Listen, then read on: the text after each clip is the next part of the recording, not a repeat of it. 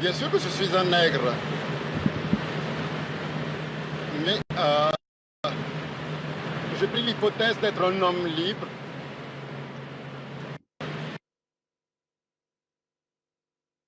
Bien sûr que je suis un nègre, mais j'ai pris l'hypothèse d'être un homme libre. Oh, oh. Peut-être un peu trop allègrement, un peu trop facilement. J'ai une moustache et que je sais que je n'ai pas besoin de moustache. Parce que j'ai des yeux et je sais qu'ils ne voient pas parce que j'ai un nez. Certes, il reste le ventre. Est-ce plus souillé que chaste? À cause de certains bris de cœur. Prophète terre-mère, dites-lui que je sais écrire sans ligne bleue sur du papier blanc.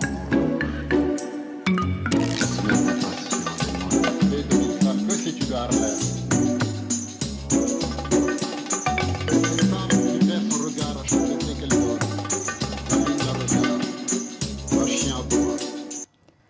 De qui ai-je rêvé? De qui ai-je rêvé? J'ai un sang chaud et fort et l'amour dans mes veines.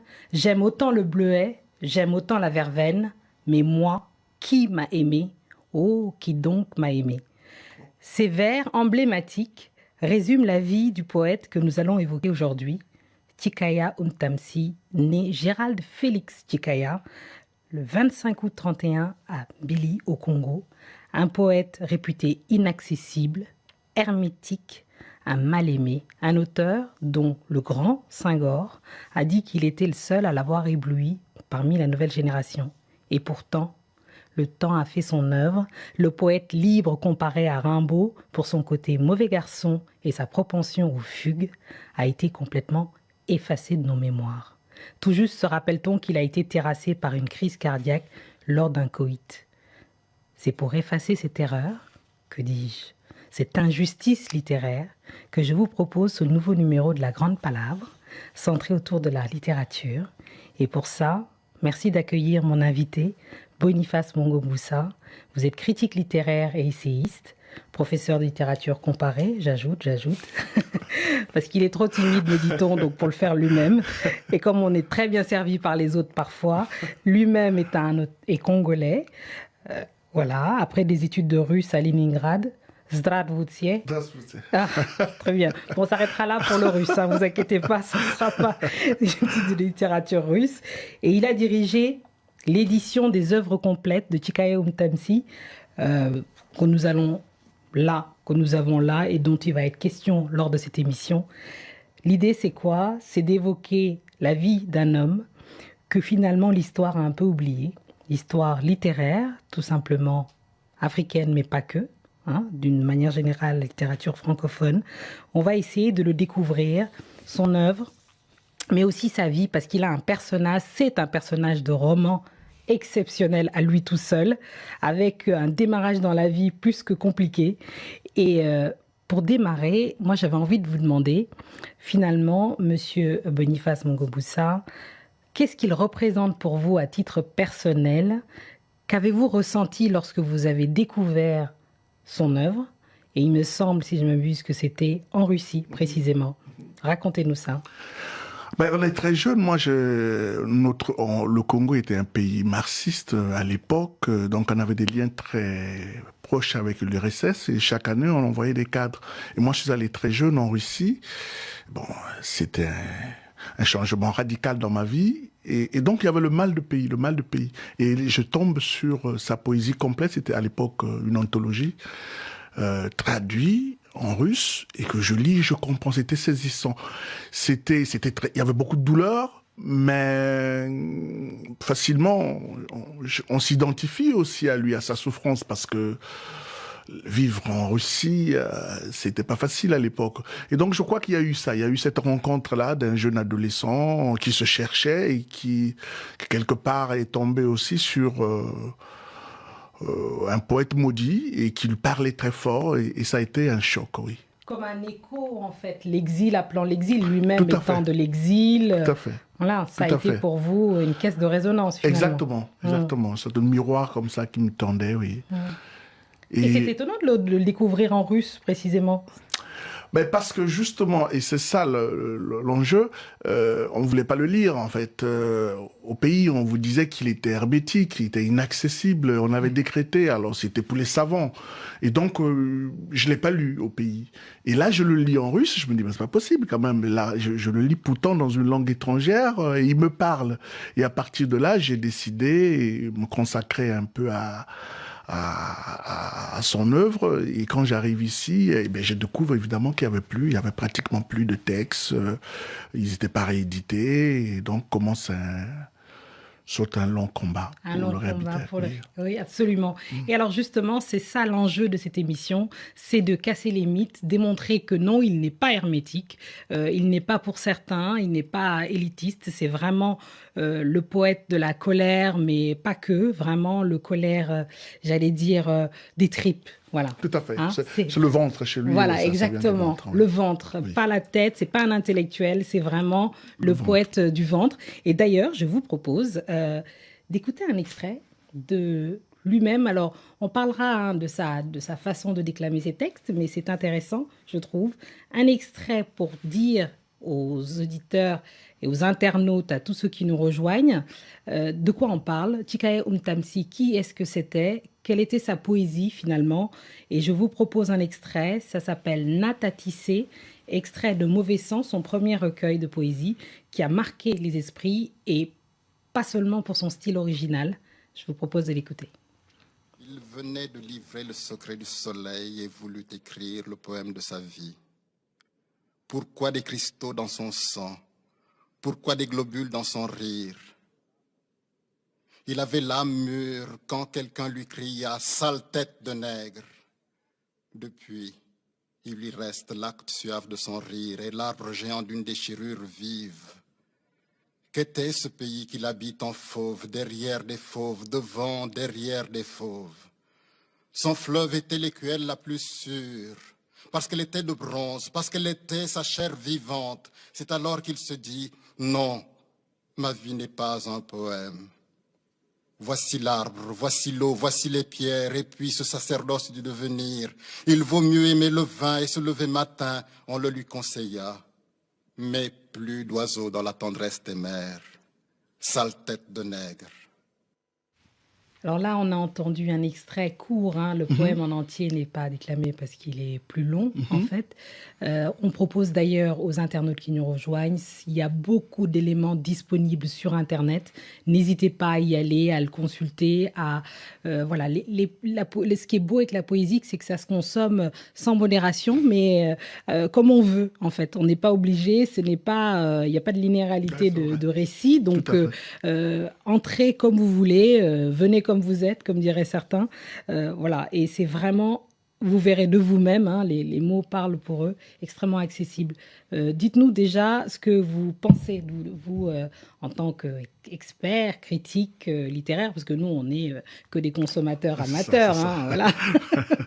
Qu'est-ce que vous ressentez là, tout de suite, sur ce texte, ce fabuleux texte? Le chair de poule aussi, parce que... c'est quelqu'un qui a énormément souffert et on le sent même dans son phrasé, cette douleur qui ne quitte pas. Et c'est vrai que, ouais, il est plus vivant en l'écoutant. Oui, absolument. Donc c'est ça qu'on voulait, hein, réhabiliter un peu l'homme Chikaya avec son phrasé et toute son entièreté. Et alors là, on va parler un petit peu de son enfance, hein, déjà de son nom. Umtamsi Chikaya vient pas d'une petite famille, hein, il est assez connu. Umtamsi qui veut dire la petite feuille qui chante son pays. Oui, c'est ça. Voilà, ou selon sa cousine, ça voudrait aussi dire placenta. Oui, c'est ça, c'est ça. Donc il y a double sens. Double sens. Voilà, oui. Parlez-nous déjà de son enfance. D'où vient-il? Qui est-il, Chikaya Umtamsi? Alors, il vient d'un petit village qui s'appelle Mpili, pas très loin de Pointe-Noire, vers la savane. Son père fait partie de la génération qu'on appelait en Afrique des évolués, c'est un vilain mot, donc il était plus proche des Européens selon l'évolutionnisme. C'est-à-dire qu'il a fait ses études à Saint-Louis, à Gorée plutôt, il est instituteur, sorti majeur de sa promotion, donc c'est quand même un cadre important à l'époque coloniale. Et donc il se retrouve dans ce village qui tombe fou amoureux d'une jeune fille, une jeune princesse très très belle, qui est la mère de Chikayo Tamsi. Et donc, l'ennui, c'est qu'elle est analphabète. Ah. Et lui, c'est déjà un monsieur. Un évolué ne peut épouser qu'un évolué. Alors donc, il n'épouse pas la mère de Chikayo Tamsi, il épouse une évoluée, une belle Sénégalaise qui s'appelle Cécile Cancan, qui elle aussi a été élevée chez les belles-sœurs. C'est pas un mauvais choix. C'est pas un mauvais choix. La Sénégalaise que je suis. Et donc, le problème, c'est qu'à un moment, il a abandonné l'enfant et puis, il se rappelle plus tard, mais tiens, j'ai un enfant, lui-même était instituteur, il va le chercher, il a 8 ans ou 9 ans, donc il le ramène dans sa nouvelle famille. Donc cet enfant qui vient de la campagne, qui arrive à Pointe-Noire, pas dans une petite famille déjà d'une certaine bourgeoisie, est totalement dépaysé. Et non seulement il est dépaysé, il est infirme de la jambe gauche. Oui. Il est infirme de la jambe gauche. Et c'est une famille catholique et lui, il est païen. Et donc, il a... Comment on appelle ça? Quand on est jeune, les jeunes peuvent être très violents. Tout le monde se moque de lui. Tous les enfants se moquent de lui. Parce qu'il est différent. Parce qu'il est différent, voilà. Exactement. C'est cette différence dès le départ. Il est très, très différent. Il est tellement différent qu'il finit par lui-même à se convertir au catéchisme. À 12 ans, il se fait baptiser parce qu'il n'accepte plus, il n'assume plus cette différence-là. Le problème, l'ennui, c'est que le père est venu le chercher. 1 an ou 2 ans après, il est engagé dans la guerre, en fait, dans les forces libres. Et donc, il est abandonné, en fait, quelque part. Il n'a pas encore su digérer son exil à Pointe-Noire. Voilà que le père, parce que c'était son seul référent, le père le quitte. Et donc, il erre comme ça. Il va de non-lieu en non-lieu. D'ailleurs, il a des mots très durs. Il dit que son enfance, c'est une absence d'enfance, quelque part. Oui. Elle revient. Il lui dit, bah, tiens, je te ramène en Europe. Donc, on la ramène en Europe, ici, pour faire des... Il est déjà assez grand, donc mon père l'amène dans un collège à Orléans, et il lui fait sauter une classe. Il lui fait sauter une classe. Et là, double exil. Parce qu'il arrive, il est âgé déjà. Il est âgé par rapport à 6e. C'est en 6e, ce n'est pas possible. Oui, c'est pas possible. Non seulement il lui fait sauter une classe, mais il fait ce qu'on fait pratiquement chez nous, il rectifie l'âge. Absolument. Parce qu'il est officiellement, officiellement, il est né en 31, mais en fait, il est né en 28. Oui. Et donc, lui se retrouve là, en 5e, apprenant le latin, le grec, il se retrouve pas du tout. Et donc, il fugue. Oui. Et il fugue, le père est furieux, parce que pour le père, c'est le fils aîné, et dans la tradition Vili, c'est l'héritier, donc celui qui doit, en fait de compte, reprendre, parce que le père est député à l'Assemblée nationale. Et il nourrit des ambitions pour lui. Des ambitions énormes. Énormes, évidemment. Et donc il le prend, il le ramène à Paris cette fois-ci, il le met à Jean-Saint-Sailly. Ah oui. Alors là... Là, pour la différence. Pour la différence. Pour l'intégration.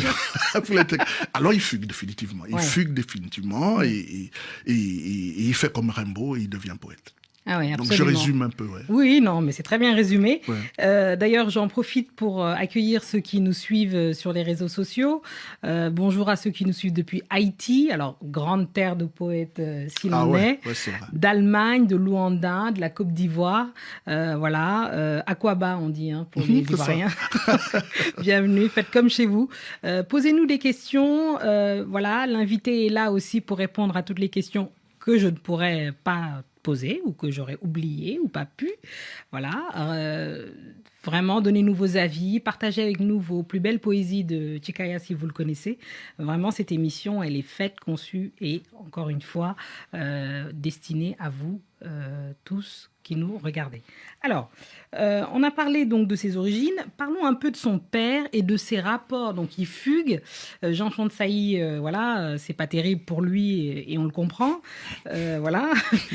Son père est député premier député congolais justement à l'Assemblée nationale française, donc c'est quelqu'un d'important. Oui. Finalement, on se dit que tel que Senghor et les autres, et peut-être qu'il aura un destin national plus important, qui n'arrive pas, malheureusement, pour lui, pour Tchikaya. Oui. Comment vit-il, justement, ce rapport compliqué avec son père? Oui, les relations sont beaucoup plus complexes. Il admire son père, malgré les différences de jeunesse, malgré les fugues. Le problème de son père, c'est que quand ils arrivent ici en France, le député le plus important de cette génération, c'est Houphouët-Boigny. Houphouët-Boigny a fait quelque chose d'énorme. À l'époque, tous les Africains étaient socialistes, Et Houphouët-Boigny, lui, venant déjà d'une famille assez riche quand même, de planteurs, on ne s'attendait pas de le voir s'associer avec les communistes. Or, après la guerre, en France, le Parti communiste est un parti très puissant. Il y a l'aura de la résistance, le premier parti de France. Et donc, Houphouët-Boigny est venu en France avec une idée très précise, abolir l'indigénat, le fameux travaux forcés. Et donc, il sait que le seul parti qui peut être sensible à cela, puisque ce sont des travailleurs, c'est le Parti communiste. Et donc, il fait alliance avec le Parti communiste.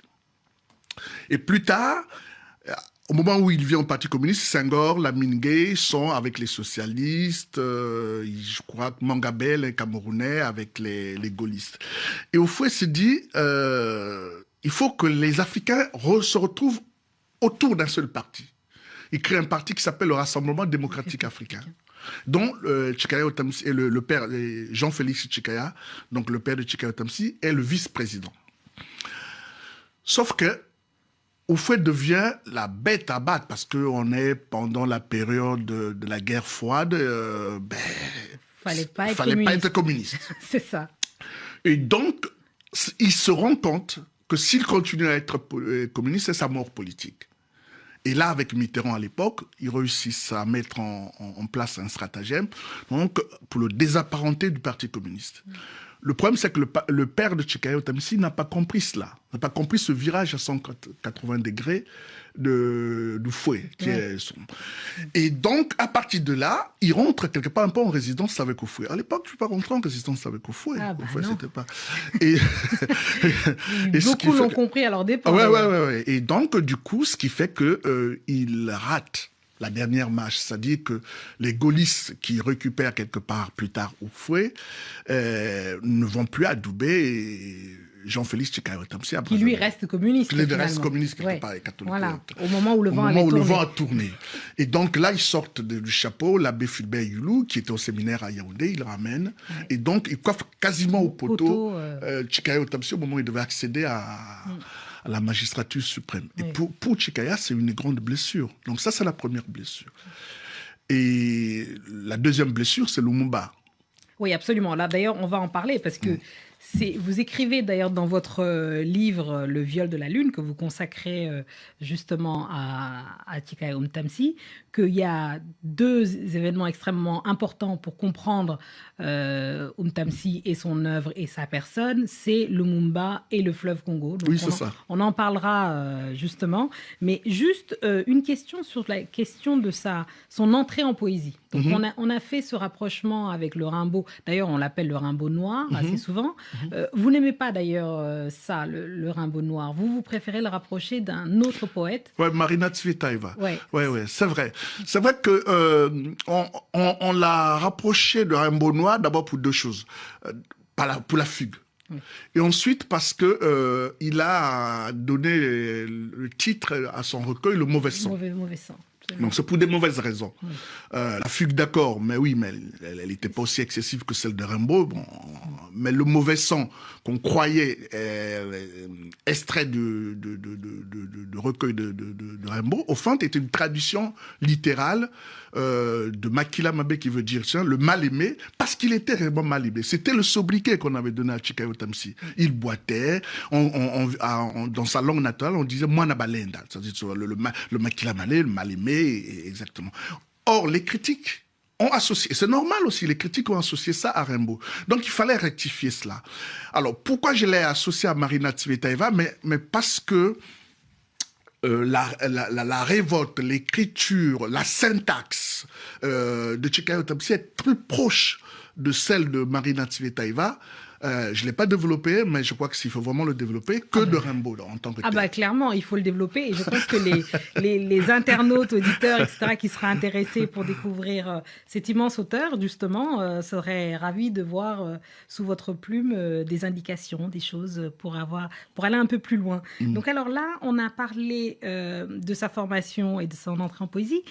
Et justement, on parlait de ces deux sources de référence extrêmement importantes, donc le fleuve qui s'appelle juste le fleuve, on parle du fleuve Congo, tous ceux qui sont au Congo savent, c'est comme nous on dit la mer, on ne dit pas l'océan, je sais pas quoi. Pour eux le fleuve c'est le fleuve Congo, donc entendons-nous bien, le fleuve c'est le fleuve Congo et Lumumba. Donc sa rencontre et sa passion quasiment christique pour Lumumba, qui d'ailleurs meurt, ironie de l'histoire, un jour après son père. Oui. Voilà, donc il y a un rapport qui est incroyable, hein, il le dit lui-même, cette rencontre va le bouleverser. Est-ce que vous pouvez nous parler de ça? Il va d'ailleurs jusqu'à appeler son propre fils Patrice, à quel point il est là, on l'a vu dans le film. Oui, oui, le Congo, c'est d'abord, il vient de la mer, c'est ça ce qui est beau chez Tchikayo Tamsi. Tchikayo Tamsi, c'est la plupart des poètes célèbre la mer. D'ailleurs, il a un compatriote qui s'appelle Jean-Baptiste Atilota, qui a écrit un recueil de poèmes de la mer, qui lui ne parle que de la mer, en tout cas. Et lui, il arrive... Bon, au Congo, il y a deux grandes villes. Il y a Pointe-Noire, où il y a la mer, et il y a Brazzaville, où il y a le fleuve. Donc, il vient de Pointe-Noire, il a déjà vu la mer. Mais là, quand vous arrivez à Brazzaville, ce qu'on appelle le Stanley Pool, le fleuve Congo, c'est quasiment un bras de mer. C'est immense, c'est géant. Et il arrive, c'est son premier choc poétique, parce que l'image qu'il y avait du fleuve, il y avait des fleuves à Pointe-Noire, il y a le fleuve Kwilu, il y a le fleuve Nyari, mais là, le fleuve Congo, cette immensité d'eau, il n'est pas le seul, hein, même les explorateurs Brazza qui sont arrivés, pour lui, c'était un choc énorme. Et ce choc, il amène, quand il arrive à Brazzaville, quand il arrive à Paris, il veut voir la Seine. Parce que la Seine a été chantée par des grands poètes, Apollinaire, Rimbaud. Il se dit, non, c'est pas possible. Il est déçu. Il est déçu. C'est ça la Seine. Ouais. Et il le compare à son fleuve Congo. Et donc, du coup, ce Congo va l'habiter. D'ailleurs, il le dit, ce Congo m'habite, ce Congo me repeuple. Et donc, ça, c'est le premier choc. C'est vraiment un choc poétique. Parce que il a compris aussi combien un paysage ne peut rentrer dans l'imaginaire que chanter. Parce que la Seine, dans le monde entier, on croit avoir un grand fleuve et on arrive ici. En tout cas, pour les Congolais, c'est un ruisseau, c'est une rivière, la Seine. Et bon, on faisait une parenthèse, on va dans Joal. Tout le monde connaît ce qu'est Joal. Et donc, il va penser que son apostolat se magnifie ce Congo-là. Et c'est le Congo qui se confond avec le fleuve. Oui. Il faut savoir que le pays s'appelle le Congo, donc c'est le nom du fleuve aussi. C'est une métonymie. C'est une métonymie. Et d'autant plus que, n'ayant pas pu être le fils héritier dont rêvait le père, il pense que par la poésie, il peut faire plaisir à son père. Il peut quelque part porter aussi le message de son père. Donc ça, c'est la relation du fleuve Congo. Avec Lumumba, c'est vraiment un choc. Qu'est-ce qui se passe? Il se passe que quand on invite, les Belges invitent les responsables africains, non congolais, du Congo, Kinshasa, Léopold Vira à l'époque, à Bruxelles, pour la table ronde, le roi Baudouin fait un discours, mais un discours sirupeux, un discours de tous les politiques. La Belgique en plein accord avec le Congo, accord de l'indépendance, dans la fraternité, tout ce que vous voulez. Et Lumumba, c'était pas prévu. Lumumba avait un autre discours officiel. Le sang de Lumumba n'en fait qu'un tour. Il dit, mais c'est pas possible.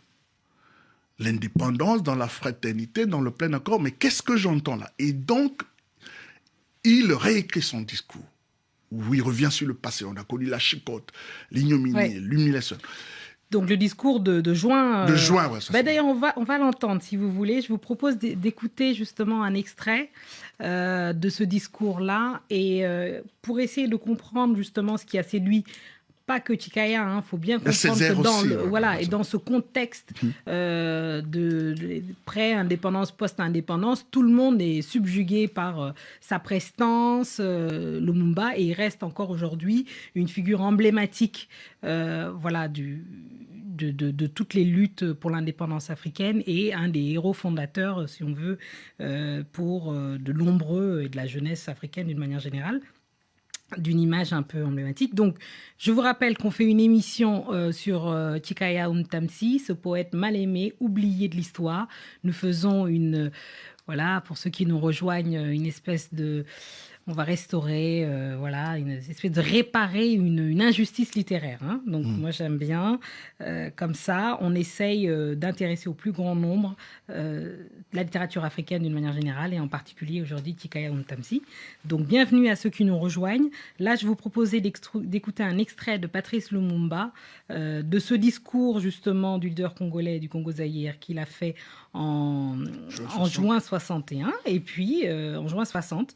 Et on va entendre aussi Lumumba lui-même parler. Combattants de l'indépendance, aujourd'hui victorieux, je vous salue au nom du gouvernement congolais. À vous tous, mes amis, qui avez lutté sans relâche à nos côtés, nous avons connu les ironies, les insultes, les coups que nous devions subir matin, midi et soir, parce que nous étions des nègres.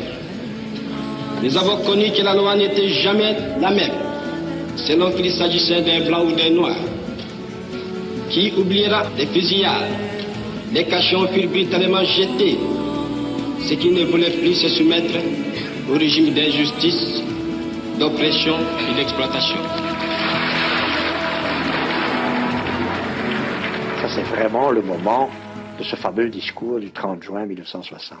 Beaucoup de gens alors ont dit il a signé son arrêt de mort avec ce discours, puisque le gouvernement belge alors, qui ne voulait pas de lui, pas seulement à cause du discours du 30 juin, mais parce qu'il était Patrice Lumumba et que ça ne coïncidait pas avec l'espérance des Belges, ni avec celle des Américains, ni avec celle, enfin, de beaucoup de gens du monde des affaires. Bien longtemps d'avance, j'ai souvent lutté contre l'injustice. J'étais profondément éduqué dans la doctrine, pour ainsi dire, vraiment chrétienne. J'avais ce sentiment, et mon père, ma mère m'ont toujours dit il ne faut pas être méchant, il faut être bon envers les gens, même quand on vous a frappé, il ne faut pas répondre. Et alors je n'ai jamais compris dans ma vie pourquoi à l'école on nous enseignait il faut être bon, il faut la charité chrétienne, il faut l'amitié entre les hommes. Comment on peut concilier l'instruction que les Européens nous donnaient à l'école, les principes de civilisation et de morale, avec les actes que ces Européens commettaient vis-à-vis des populations noires? Et c'est en faisant cette observation au jour le jour, à comparer les principes qu'on nous enseignait, les actes que ceux qui nous enseignaient commettaient.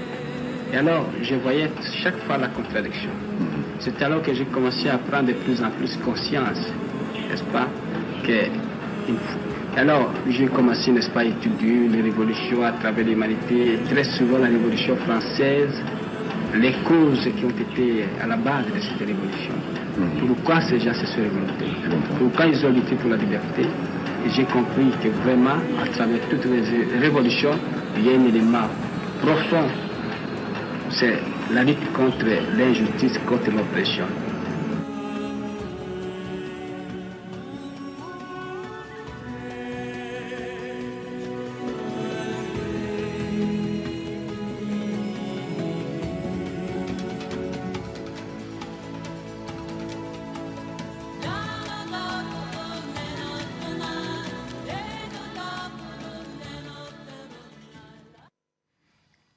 Voilà, donc on a entendu la voix de Patrice Lumumba qui fait beaucoup de bien, c'est vrai, de l'écouter à nouveau lors de ce discours de 60. Je rappelle qu'on est là pour évoquer l'œuvre de Chikaya Ntamsi, le grand écrivain, poète, le grand poète congolais qui est malheureusement tombé dans l'oubli. Nous reviendrons, évidemment, on a parlé dans la première partie de sa vie, de son enfance, chaotique, compliquée, lui-même, voilà, qui avait des défauts physiques. En gros, pour résumer, on dira il avait rien pour lui. Voilà. Et pourtant, un talent immense, une force incroyable dans sa qualité d'écriture, dans voilà, quelque chose qui se dégage et qui, effectivement, mérite d'être connu. D'ailleurs, je profite pour saluer Patrick de Souza qui nous dit merci de découvrir l'immense auteur, de nous faire découvrir l'immense auteur. Et ben, c'est notre plaisir à nous, Patrick, de vous faire découvrir cet auteur. Et faites-le lire, lisez-le autour de vous. Là, vous avez les œuvres complètes qu'on va montrer. Je mettrai toutes les références sur le site de l'émission. Profitez-en pour en parler autour de vous. Ça a été édité justement grâce à la persistance et la force de conviction de Boniface Mongoboussa, qui est justement à l'édition Continent Noir de Gallimard, qui a fait une très belle édition, l'édition complète. Donc il y a aussi bien la poésie, les romans, les contes, oui. Voilà, il y a absolument tout. Donc c'est vraiment indispensable. Donc là, à ce moment-là du récit, nous étions en train de parler de Lumumba, oui. de la rencontre entre Patrice Lumumba et Chikaya Ntamsi. Chikaya Ntamsi. Chikaya, lui, qui on sait qu'il a un mal de père, ses rapports avec son père est compliqué. C'est ça. Voilà, et il rencontre cet homme et il en tombe, voilà, qui est complètement sidéré. Sidéré, amoureux. Il le dit, je suis croisé. Quand il vient, le mot est très fort. Quand tu écoutes ce discours, il dit, je suis croisé. C'est la croisade, le mot est très fort. Il arrive, Chikaya, il est mal aimé, il a mal de père, c'est très bien dit. Et il se trouve que Lumumba est très révérencieux, parce que lui, il s'appelle... on ne l'a présenté pas comme Chikaya Ntamsi, on l'a présenté Jean-Félix Chikaya.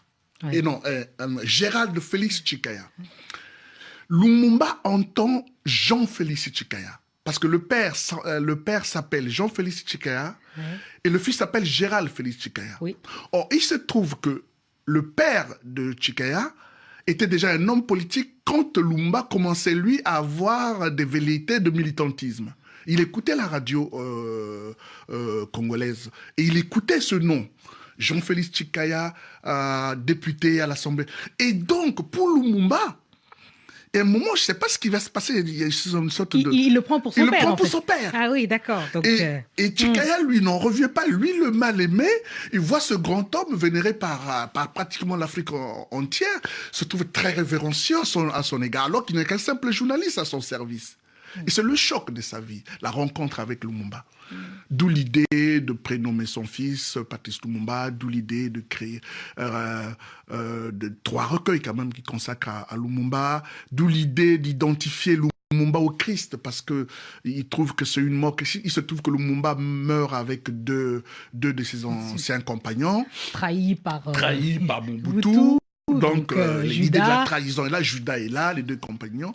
Il se trouve aussi qu'il fait une association entre la mort du Christ, donc, dans Israël occupé par Rome, et le Congo occupé par les Belges. Il se trouve que Lumumba meurt un jour après son père. Donc, dans sa tête de poète, il fonctionne avec des associations.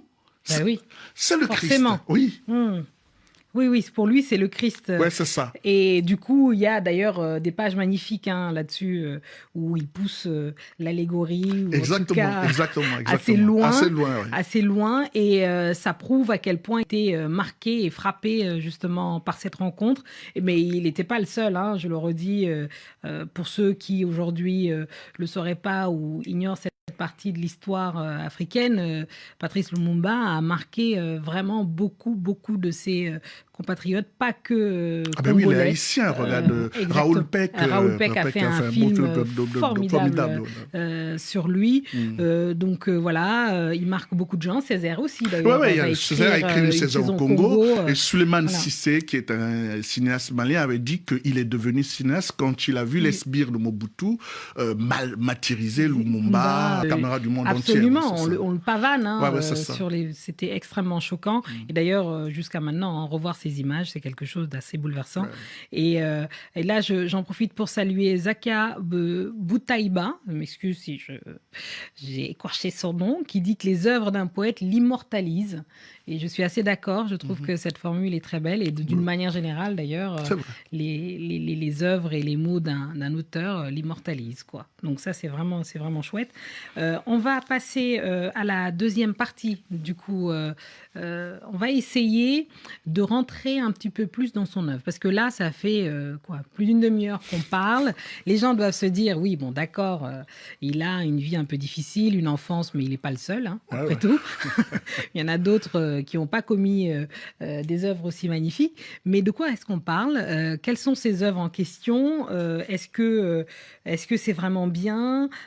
Pourquoi est-ce que d'ailleurs, dans l'imaginaire collectif jusqu'à maintenant, on entend dire ça et là qu'il est hermétique, compliqué à lire, difficile d'accès, etc., un peu difficile. C'est pour ça que personne ou peu l'a lu jusqu'à maintenant. Déjà, vous, le spécialiste, l'adorateur de Tchikaya Ntamsi, est-ce que vous pouvez déjà battre en brèche cette espèce d'idée qui serait compliquée, etc., et difficile d'accès? Non, je pense que Tchikaya, toujours la question de Malmé, il a été d'emblée accepté par les pairs. D'abord, il a été révérencié à l'égard de Senghor, mais Senghor l'a toujours, pour Senghor, c'est un fils, Senghor l'a toujours protégé, aimé. Césaire aussi, d'emblée, quand le premier poème que Senghor et Césaire avaient, le premier poème que Tchikaya Ntamsi avait écrit, c'était suite au massacre Bobo Djaloso à l'époque, en 45. Et il a écrit un poème qu'il a signé d'un pseudonyme Delgoza, qu'il a envoyé à son père. Son père, qui ne connaissait pas la poésie, il a fait lire à Césaire. Ben oui, qui sont ses voisins, à l'Assemblée nationale, évidemment. Et d'autant plus que Césaire, Senghor, Damas, à l'époque, sont des grands poètes. Absolument. Césaire a lu, après le recueil, il est venu le matin, il a dit comme ça, tapez sur les potes, votre fils est poète. Ouais. Il était adoubé, ça y est. Et tous les écrivains... En fait, quand Tchikaya... C'est comme, il y a des peintres qui sont des peintres pour les peintres. Hein, comme Cézanne, pour les peintres, c'est un roi, c'est un prince, ou bien Mallarmé, une référence. Mais comme il était en quête d'amour, c'est vrai que ça ne suffisait pas, que les pairs, que tout le monde, c'est parce que dans le monde littéraire, dans le monde de l'art, la vraie reconnaissance, c'est la reconnaissance des pairs. Tu peux avoir une reconnaissance populaire, mais si tu n'as pas la reconnaissance des pairs, c'est une douleur. Mais chez lui, c'est l'inverse. Il a la reconnaissance des pairs, mais il n'a pas la reconnaissance du peuple. Sans doute, la critique, quelque part, a été responsable. Oui. Vous pensez à Questolo, par exemple, qui Madame dit, Questolo, oui, qui dit très vite que c'est hermétique. Pourquoi est-ce qu'elle dit ça, elle? C'est par rapport justement à la négritude? Oui, je crois que, père son âme, je crois que Questolo se confondait avec la négritude. Ouais. Et d'abord, il n'a pas accepté cette irrévérence de ce jeune qui vient nulle part, qui n'a aucune référence. C'est un voyou. Cette irrévérence, il l'a jamais acceptée. Et d'une part, Questolo aussi, c'est une professeure qui adore la langue châtiée. Or, Tchikaya, il n'y a pas de registre de langue majeur. Il mélange tout ça. Et donc, il a comme l'impression que c'est sale. C'est pas pur, c'est pas de la... Mais il y a aussi l'insolence de Tchikaya. Ouais. Le fait que... C'est ça qui joue contre lui dès le début. Oui, dès le début. C'est un mauvais garçon. C'est un mauvais garçon, mauvaise manière, irrévérencieux. Il n'est pas châtié voilà, exactement. Comme Senghor, comme Senghor, comme Césaire. Oui, le fait aussi qu'il n'ait pas de références aussi, parce qu'il vient nulle part. Comment il n'a pas fait d'études. Voilà, et donc, tout ça joue contre lui, mais surtout son irrévérence à l'égard. Par exemple, Henri Lopez, qui l'a connu, me disait que chaque fois qu'il le voyait avec Damas, il disait mais qu'est-ce que tu fous avec ce vieux poète? Ouais. Et pourtant il aimait bien Damas, Ouais. mais il aimait titiller, provoquer. Donc ce Ouais. côté mauvais garçon ne pouvait pas plaire. Ah bah ça, et pour cause. On va peut-être écouter un extrait d'un de ses poèmes pour justement l'avoir encore à l'oreille, savoir de quoi on parle, etc. Parce que je trouve que les mots parlent mieux d'ailleurs d'eux-mêmes que nous. Donc on va écouter un nouveau poème de Chikaya Ntamsi.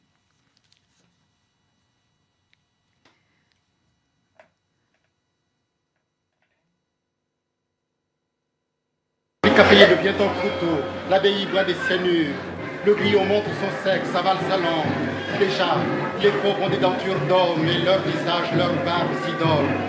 Le hibou me regarde faire la guenon, nous sommes au siècle présent.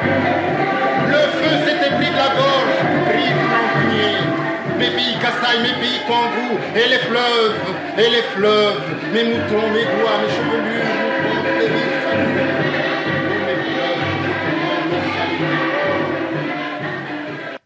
Oui, alors là, on a écouté un nouvel extrait de Chikaya Ntamsi. Là, on était en train de parler justement de la négritude. C'est intéressant ce rapport qu'il avait dit révérence envers Senghor en particulier. D'où ça vient, ça? Est-ce que c'est cette figure de rébellion contre l'autorité, le père d'une manière générale, qui n'accepte pas les dictats comme ça? Ou est-ce que c'est autre chose, c'est plus profond, cette conception de la négritude qu'il avait de différente, tout simplement? Il ne pouvait pas. Senghor était un Normalien qui a rencontré les Antillais. Un homme dans sa peau, même s'il a souffert. Senghor a eu une enfance heureuse et tout. Et qui pensait qu'il était l'ambassadeur du peuple noir. Chikaya ne pouvait pas être l'ambassadeur de personne. Il était son propre ambassadeur. En fait, ce que Chikaya voulait, c'est qu'on entende sa petite musique, sa petite douleur, son mal-être. Il ne pouvait pas représenter la race nègre. Ça ne disait rien pour lui. Et c'est le premier conflit, mais c'est un conflit aussi de génération. Le grand mérite de Chikaya Ntamsi, c'est d'avoir mis sur la place publique, dans sa poésie, sa petite musique, ça dit sa blessure personnelle. Son pied beau, il en parle. C'est pas un pied des nègres, c'est son pied beau. Le fait qu'il est mal né, qu'il ait le mauvais sang. Et ça a une rupture, ça institue d'emblée une rupture avec les pères de la négritude. Et je crois que ça a été mal vécu, y compris, je dis, par des critiques, que Mme Kessler n'est pas la seule. Il se trouve qu'elle était la première à écrire une thèse sur la négritude, mais cette irrévérence à l'égard des pères de la négritude a été mal vécue. Lui encore, il a eu la chance de survivre. Il y a eu des gens comme Yambo Logam qui ont été littéralement sacrifié. Mais justement, parce que pour Chikaya, il est avant tout congolais, lui. Oui, il est avant tout congolais. Ce qu'il veut dire, c'est que lui, il n'a connu que le Congo. Avant qu'il n'arrive, il n'a pas connu les nègres. Il n'a connu que le Congo. D'ailleurs, pour Chikaya et pour Senghor, il n'a rencontré les nègres parce qu'il était à la Sorbonne. D'ailleurs, la rencontre a lieu à la Sorbonne. Lui, il vient de son Congo natal, dans les valises de son père. Il fugue, il est mal aimé, il a des problèmes à se situer par rapport aux autres, déjà dans sa propre famille. Au lycée, et comment voulez-vous qu'il aille défendre une cause aussi abstraite comme la négritude, les nègres du monde? Il n'a pas non plus le bagage, il n'est pas allé à l'école. Parce que les Senghor et les Césaire, il faut savoir quand même que la négritude, quelque part, il les découvre en lisant un Allemand, Léo Frobenius, qui est un anthropologue, histoire de la civilisation africaine. Alors qu'avant tout, avant cela, Afrique et civilisation, comme disait Césaire, c'est un oxymore, c'est des choses qui ne s'allient pas. Donc, eux, ils ont ce bagage intellectuel. Mais lui, il n'a que lui-même et sa propre douleur. Et tout ce qui lui reste, et je peux vous dire d'ailleurs, le paradoxe de Chikaya, c'est que la plupart de sa culture est orale, la culture des veillées, les contes viennent là. Et la culture des veillées, c'est quelque chose qui a énormément compté pour lui. Et donc, il n'a que ça, il n'offre que ce qu'il a. Sauf qu'il le fait avec trop d'insolence. Ouais. Au goût de certains. Au goût de certains. Trop d'insolence. Ouais. Et alors justement, la transition est toute trouvée, pas de l'insolence évidemment, je ne me permettrai pas. Je suis ravie que nous rejoigne Samy Tchak, le grand auteur romancier en langue française d'origine togolaise. Moi j'aime bien dire ça, qu'il est... Moi aussi, je le rappelle. Oui, absolument. Oui. Voilà, qui est auteur de nombreux ouvrages. Je vous en présente le dernier C'est simplement. très fort. Ouais. Voilà, Très, Ainsi très parlait mon père. Pour rejoindre justement cette culture orale, même si lui, il a autre chose à dire là-dessus, je sais qu'il n'est pas tout à fait d'accord. Voilà, c'est un auteur, un romancier, voilà, tout ce que vous voulez, mais c'est aussi un grand passeur. Voilà, donc Samy Tchak est connu pour ça. Il a une capacité à vous faire aimer absolument n'importe quel livre. Voilà. N'importe lequel quand même. Pas Ceux n'importe que lequel. j'aime. Ceux qu'il aime, mais en tout cas, Ouais. il en parle extrêmement bien. Donc, je suis ravie qu'il soit là pour nous parler aussi de Tchikaya Oumtamsi. Merci d'être là, déjà. Merci à vous de nous avoir invités. Oui, non, c'est un grand plaisir. Alors, Tchikaya Oumtamsi, pour vous, auteur, écrivain, il représente quoi? Je pense que Tchikaya Oumtamsi, on a ces volumes-là qui nous sont revenus, heureusement, pour moi, est une richesse littéraire encore mal exploitée. Je m'explique. Ce n'est pas le fait de dire beaucoup de personnes l'ont lu, beaucoup de personnes ne l'ont pas lu, puisque pour moi, ça ne se situe pas à ce niveau.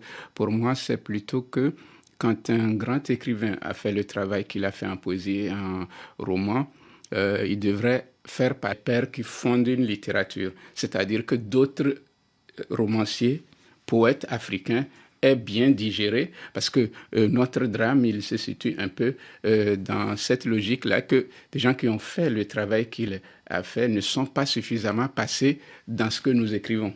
Donc, moi, c'est plutôt ça que je considère comme quelque chose de presque dramatique. Il est peu connu et peu cité par les écrivains, c'est-à-dire il n'a pas encore traversé leur œuvre, alors que ce qu'il a fait me semble une démarche qui aurait, à mon avis, ouvert des pistes peut-être un peu plus originales que la plupart des pistes que nous avons prises. Et qu'est-ce qui vous a apporté, vous, à titre personnel, justement, dans votre travail? J'ai appris à l'aimer encore plus après la lecture de l'essai que Boniface lui a consacré. Dont on a parlé déjà depuis le début, le viol de la Lune, qui est là. Voilà. Qui est Quand j'ai magnifique. lu cet essai, Boniface m'ouvrait les yeux sur peut-être ce qui manque dans la plupart des grands écrits de nos auteurs et de nos aînés, de nos classiques, leur fêlure racontée de façon aussi vive. Elles sont passées dans les écritures. Quand on lit ce que Tchikaya a écrit, on sait que beaucoup de choses viennent du vécu, mais installer la plume au cœur de la douleur, ils ne l'ont pas nécessairement fait comme Boniface nous le révélait. Quand je l'ai lu, il y a une chose déjà qui m'a semblé assez évidente dans le rapport humain, c'est son rapport avec son père, et puis surtout sa jambe. C'est-à-dire, moi aussi, même si je ne suis pas quelqu'un qui boite, je viens de cette douleur-là de mon père qui boite. Quand j'ai lu l'essai de Boniface, je me suis dit, oui, je l'ai lu comme un écrivain, je ne l'ai pas lu comme quelqu'un qui pouvait être un miroir dans lequel je me retrouvais. Lui, il a porté le père. C'est vrai, il s'est révolté contre, il l'a porté quand même aussi. Il aurait voulu, comme Boniface le rappelle, mourir pour lui, ce père qui était en avance sur son temps. Oui, il est pour moi aussi une sorte de miroir. Le rapport au père. Mon père n'est pas un homme politique, il n'est pas pour moi un modèle. Il est plutôt pour moi une douleur à sublimer. Oui, et d'ailleurs, vous en parlez magnifiquement dans Ainsi parlait mon père, justement, où vous le refaites un peu vivre et parler, notamment dans sa forge natale, là-bas au Togo, et c'est extrêmement émouvant. Donc, j'ai eu l'occasion d'en parler, d'ailleurs, sur cette chaîne, sur France 24. Donc, je ne peux que vous recommander encore une fois de le lire, de vous le procurer et de l'offrir, ça fait pas de mal. Il faut dire quand même, dans l'histoire de la littérature africaine, c'est une démarche vraiment originale, rare. C'est ce que Samy a fait. Ah oui, absolument. Ça, C'est vraiment ces notes, cette compilation de paroles rapportées, d'aphorismes, de dialogue avec les grands écrivains du monde entier, à partir du petit village de son père, la forge. Absolument. Et Il ça, convoque tout le monde. Voilà, il en fait une forge universelle. Moi, j'ai trouvé ça absolument magnifique. Et donc, il y a des gens qui interviennent, qui nous demandent est-ce que Chikaya a produit des textes dans sa langue maternelle? C'est Edmond Mafougou qui nous demande ça. Ah ouais, je vois ce qui c'est Edmond, je le connais. Oui, il a pas produit, mais il a fait un grand travail de récréation, et ce qui était très osé de l'époque. Et c'est pour ça aussi qu'on ne comprenait pas, qu'on disait qu'il était hermétique. Il a transcrit des contes de chez lui en français.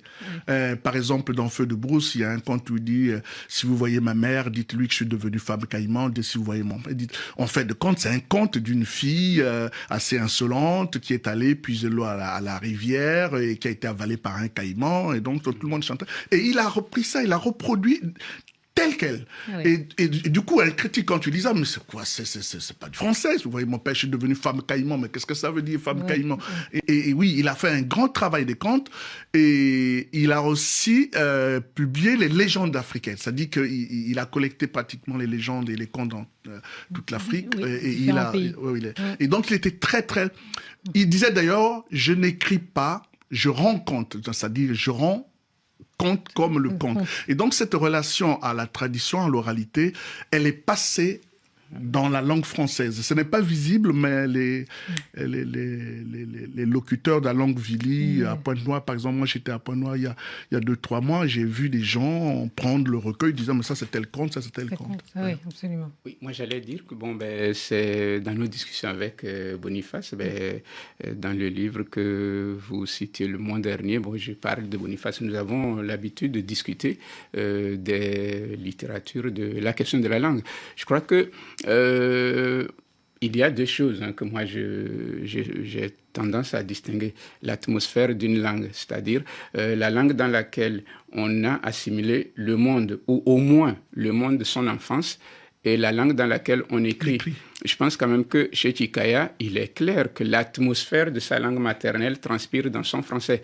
Cela ne nous amène pas à réduire ça comme on l'a fait chez Kourouma en disant malinquisation ou non. C'est tout simplement qu'il porte en lui une culture qui n'a rien à voir avec ce qu'il a appris à l'école, c'est-à-dire l'atmosphère de sa langue. Et cette atmosphère-là transpire dans ses écrits et leur donne leur originalité. Que ce soit dans la poésie, il peut citer n'importe quel poète occidental, mais on lit dans sa poésie comme dans ses romans ou dans ses nouvelles l'atmosphère d'une langue, ce qui fait que son écriture a un ancrage linguistique qui n'a rien à voir avec le français dans lequel il écrit. Mais ils sont pas mal, on peut dire qu'ils sont nombreux, des auteurs venant des horizons divers comme ça, dont la langue d'écriture, qui est la langue européenne, porte en elle toute l'atmosphère d'une langue dans laquelle peut-être même les gens de son propre village, de sa propre région, de son propre coin,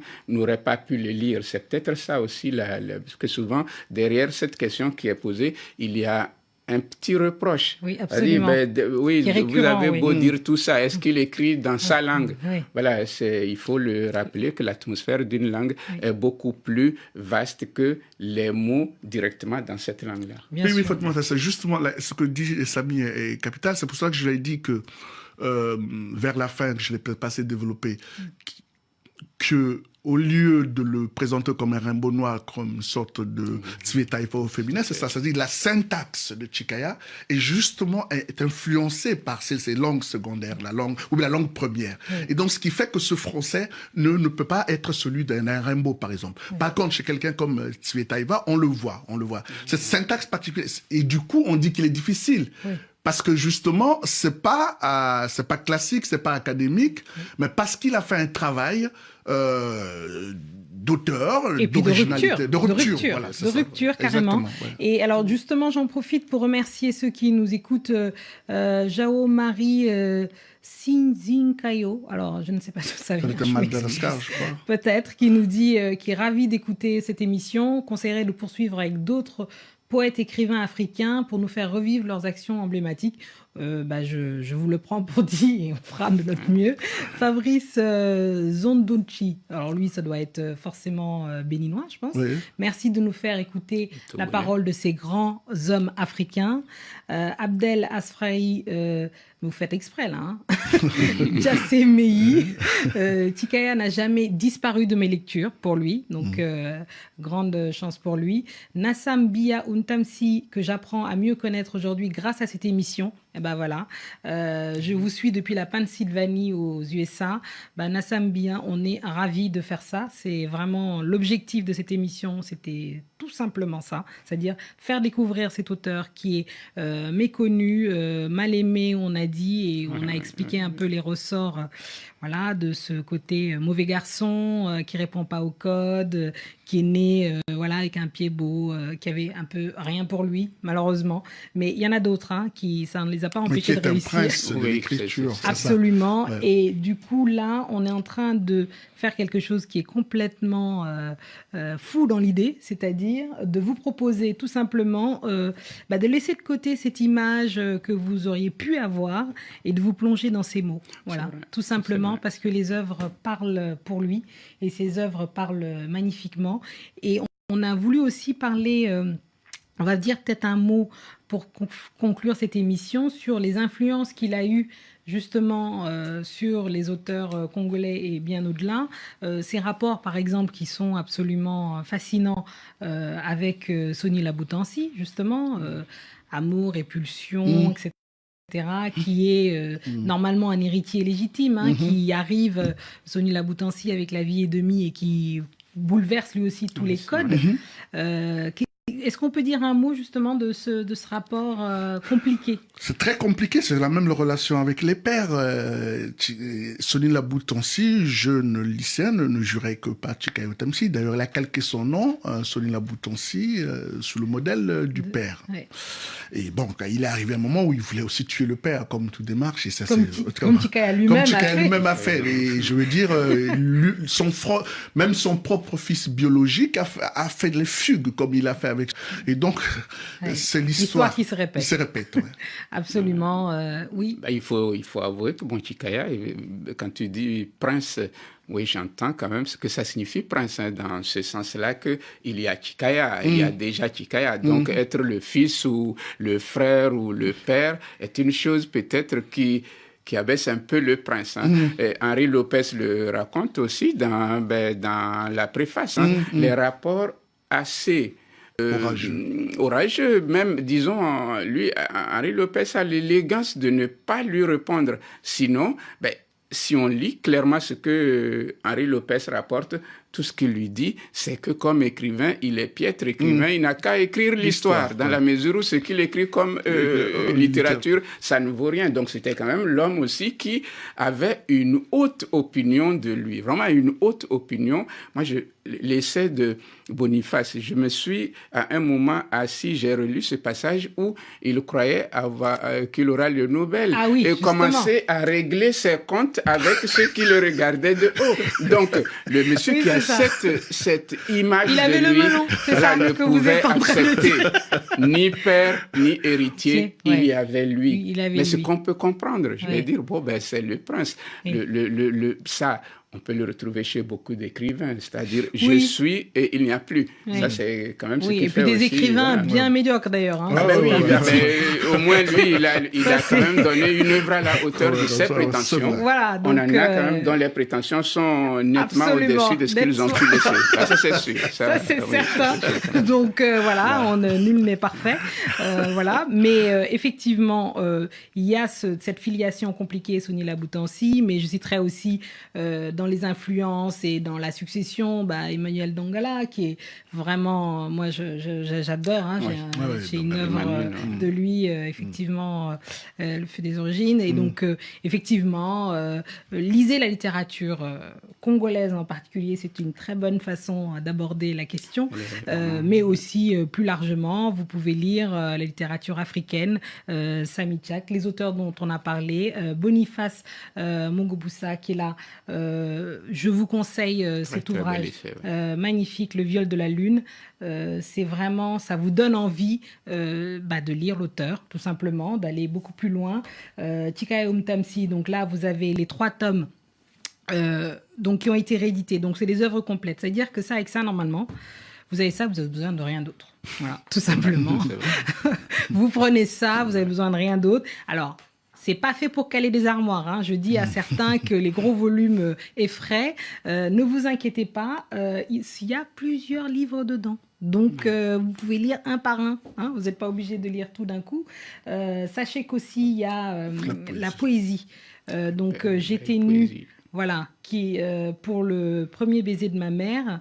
Donc dans cette poésie-là, vous avez tous les recueils en fait qui ont été publiés. C'est absolument incroyable. On sort pas de là indemne de la poésie. Moi, je trouve.